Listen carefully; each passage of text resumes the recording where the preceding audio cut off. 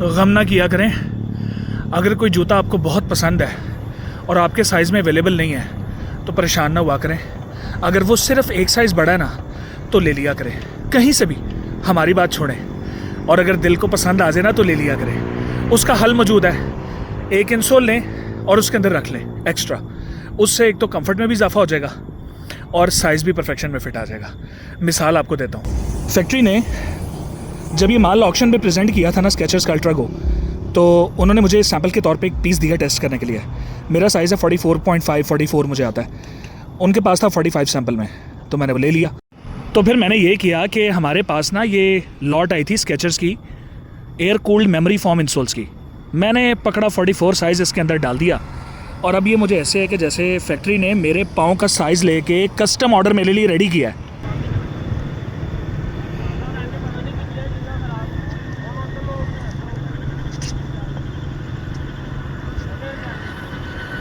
तो तब से मैं ना स्केचर्स अल्ट्रा गो का भी फ़ैन हो गया हूँ और इंसोल्स का भी फ़ैन हो गया हूँ। आप लोग भी ऑर्डर कर लें इससे पहले कि स्टॉक अल हफीज़ अल अमान हो जाए, तो आप भी फ़ायदा उठाएं।